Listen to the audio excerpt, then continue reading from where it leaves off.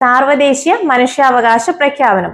ഈ സാർവദേശീയ മനുഷ്യാവകാശ പ്രഖ്യാപനം നടന്ന വർഷം 1948 ഡിസംബർ 10 അതുകൊണ്ടാണ് ഈ ഡിസംബർ 10 മനുഷ്യാവകാശ ദിനമായിട്ട് ആചരിച്ചു വരുന്നത്. 1950 മുതലാണ് ഡിസംബർ 10 മനുഷ്യാവകാശ ദിനമായി ആദ്യമായി ആചരിച്ചു തുടങ്ങിയത്.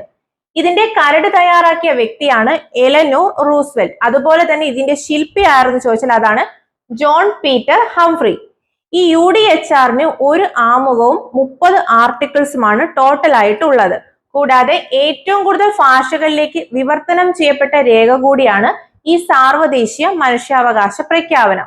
രണ്ടാം ലോക മഹായുദ്ധത്തിനു ശേഷം ലോകത്തിലെ തന്നെ വിവിധ രാജ്യങ്ങളിലെ മനുഷ്യാവകാശ പ്രവർത്തകർ ചേർന്ന് എഴുതി തയ്യാറാക്കിയ ഒരു രേഖ കൂടിയാണ് ഈ സാർവദേശീയ മനുഷ്യാവകാശ പ്രഖ്യാപനം. ഇതിൽ മുഖ്യ പങ്ക് വഹിച്ച 3 ഇന്ത്യക്കാരാണുള്ളത്. ആ 3 പേരാണ് ഹൻസ ജീവരാജ് മേത്ത, MR മസാനി, ലക്ഷ്മി മേനോൻ എന്നിവർ.